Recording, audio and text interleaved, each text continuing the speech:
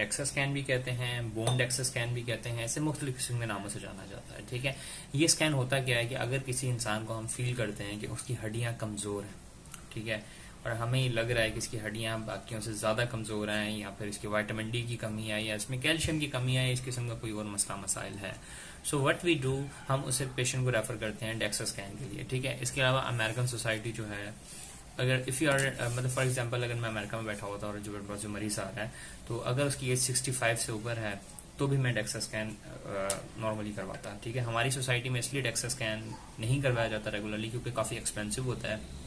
ठीक है, तो लोग ज्यादा अफोर्ड नहीं कर सकते।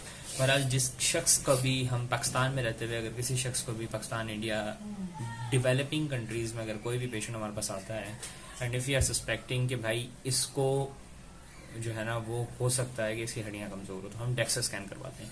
डेक्सा स्कैन क्या होता है कि एक यूँ समझेंगे उसमें मुख्तलिफ किस्म के एक्सरेज के भी लिए जाते हैं। आपकी हड्डियों का इस तरफ से भी एक्सरे लिया जाएगा, इस तरफ से भी लिया जाएगा, और फिर इन एक्सरेज को कंपेयर किया जाएगा आपकी एज के बाकी लोगों के साथ। ठीक है, दिस इज सिंपल डेक्सा। फिर डेक्सा स्कैन के अंदर जो रिपोर्ट आती है वो बनती है दो चीजों के ऊपर, टी और जेड स्कोर के ऊपर। ठीक है, ये जो चीज आती है सारी आती है टी और जेड स्कोर के अंदर। ठीक है, अब टी स्कोर क्या होता है कि बुनियादी तौर पर टी स्कोर के अंदर एक हेल्दी मेल की हड्डी कितनी ताकतवर होती है, यानी कि एक हेल्दी इंसान जो कि बिल्कुल सेहतमंद है उसकी हड्डी में कितनी ताकत होनी चाहिए, उस हड्डी को आपकी हड्डी के साथ कंपेयर करते हैं।